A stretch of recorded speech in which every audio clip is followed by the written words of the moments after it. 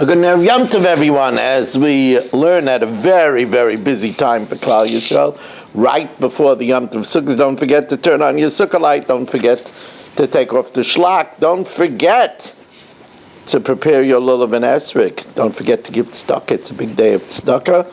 As we are sponsored by the Fisher family, Nishmas Basi Bas Rabbi Shlomo ben Avram Alevi, Perel Bas Ruvain.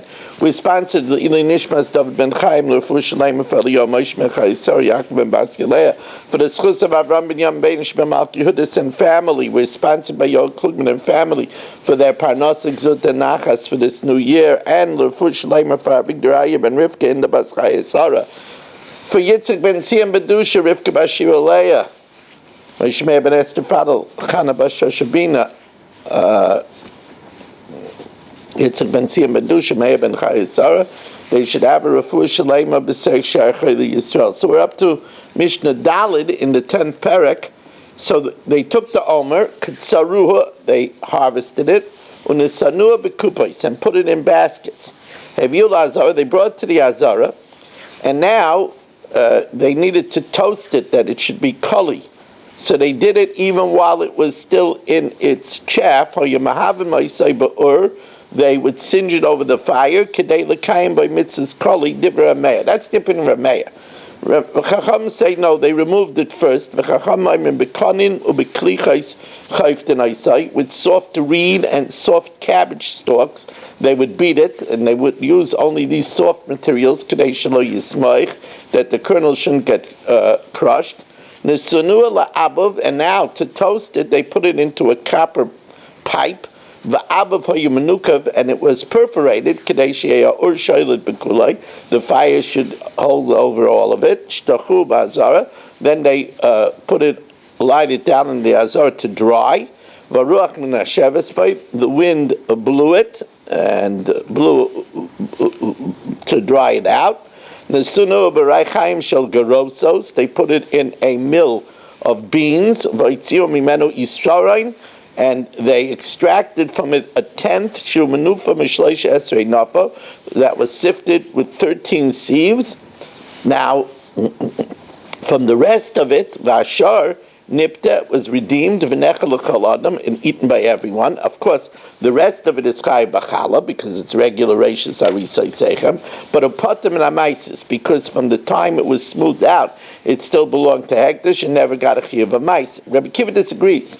Rabbi Kiva said they were only Mekadesh from the get-go, the Yisaron. So the other stuff doesn't need to be redeemed, and therefore it's Chai Amais. Rabbi Kiva Mechai Bachala, Ubamasvis. They came to the coveted tenth. They added the oil, the frankincense. Then yotzak, they poured in more oil. Balal, they kneaded it. Heinef, they waved it. Vihigish, they brought it to the mizbeach. The comets, they offered up the kemitza.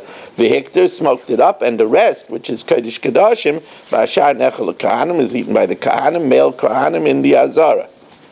Mishakar v'aymer, when the aymer was offered, now the new crop was permitted. Yoitzin, they came out, Umoitzin shuk Yerushalayim, they found the shuk of Yerushalayim, shumalei kemach v'kali, it was already full of flour and toasted ears.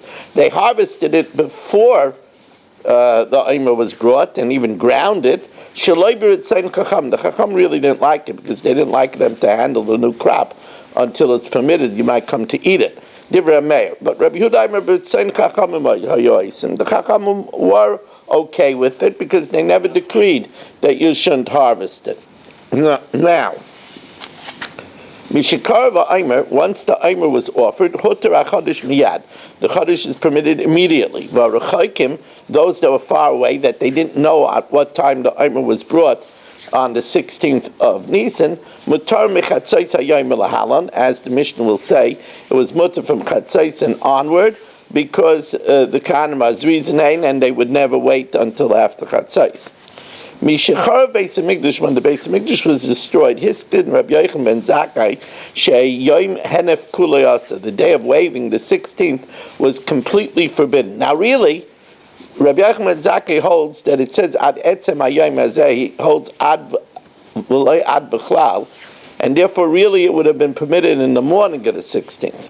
But we're afraid that if we permit it in the morning of the 16th, then the next year we'll build the Beis Hamikdash, and people will think it's permitted in the morning, and then it would only be permitted after they bring the Omer. Now you should say, but it should be permitted at least at Chatzais. But maybe they'll build the Beis Hamikdash late in the day, and they would only bring it later in the day. So he made the whole day Aser.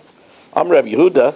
Rabbi Yehuda holds Aser because he holds Shenema ad etzem haYom until that very self-same day, and he holds that it's ad va'ad bichlal. Now, why those that live far away are mutter at chatzais? Because as reason, and they will never wait till after chatzais to bring the yomis, so they can be assured that it was already brought before chatzais. Okay, we want to thank you for joining us. Wish you a very Zman Simcha, a very happy, wonderful Yom Tov together with the Yishpiz and Kaddish and Avram Yitzchak, Yaakov, Moshe, Aaron, Yosef, David, and we should be zeicher to all the ha'aros of the Sukkah. I want to mention that I will be doing now for the Sukkah's table, which will be available the whole Sukkah, so check that out. You might also want to check out the share I gave, the message from between Yom Kippur and Sukkot, which is, of course, potent all the time. And thank you for joining us, and have a wonderful Yom Tov.